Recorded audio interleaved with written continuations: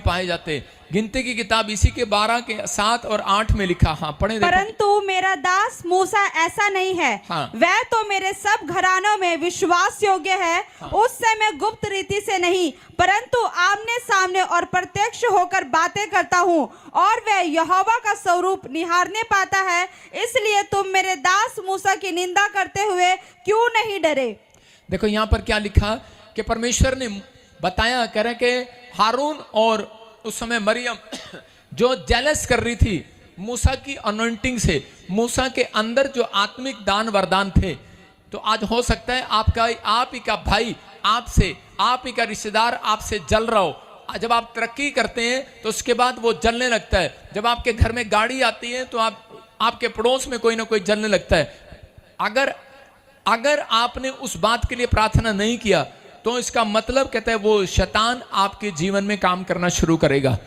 Jealous का आत्मा का शिकार था यूसुफ, और उसके कारण कहता वो बढ़ नहीं पाया। लेकिन जब उसको पता लगा कि शायद इसका मतलब कह रहा है ये जेलस की आत्मा मेरा पीछा कर रही है, जब उसने डांटना स्टार्ट किया उसको, तो उसके बाद वो इतना बड़ा कि वो प्रदेश का प्रधानमंत्री बन गया। याद रखना, कहता है कि आज हो सकता है आपके पीछे कोई ऐसी जेलस करने वाली आत्मा घूम रही हो। जब आपके बच्चे फॉरेन जाते हैं, जब आप पास्टर बनते हैं, जब आप विश्वासी बनते हैं, जब आप बड़ा काम करने जाते हैं, जब आपकी कोई बड़ी तरक्की करने जाते हैं, तो उस समय में कह रहे हैं कुछ लोग आपका पीछा करते हैं, कुछ शैतानी ताकतें लोगों के द्वारा पीछा करती हैं और आपके खिलाफ खड़ी हो जाती हैं। लेकिन अगर आपने उस बात के लिए दुआ नहीं किया तो वो आपको गिराने के लिए आई है। लेकिन उसी समय मैं कह रहा हूं कि ऐसे लोगों से कि हाथ उठाओ, ऐसे लोगों को कहना चाहिए परमेश्वर कोई भी मेरी आत्मिक उन्नति में रुकावट बनने ना पाए यीशु मसीह के नाम में। मेरे बच्चों की, मेरे परिवार की आत्मिक उन्नति में रुकावट बनने ना पाए। मैं कह रहा हूं कि आज के बाद आपकी ग्रोथ होना स्टार्ट होगी यीशु मसीह के नाम में। जितने आमीन बोल रहे हैं आज। लेकिन यहां पर मरियम को नहीं मालूम था कि मेरी आत्मिक उन्नति कैसे होगी। वो सिर्फ एक बात कर रही थी कि हाय मूसा के ऊपर इतनी बड़ी अनॉइंटिंग और मेरे पर क्या अनॉइंटिंग नहीं है। तो उस समय परमेश्वर आ गया। परमेश्वर ने कहा तू मूसा की बुराई करते हुए क्यों नहीं डरी।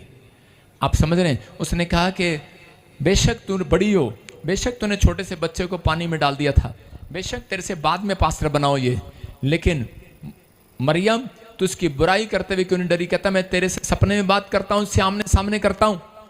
आज बहुत सारे लोगों को परमेश्वर ये समझाना चाह रहा था मरियम के मैसेज से कि आज कौन जाएगा स्वर्ग और कौन जाएगा नर्क।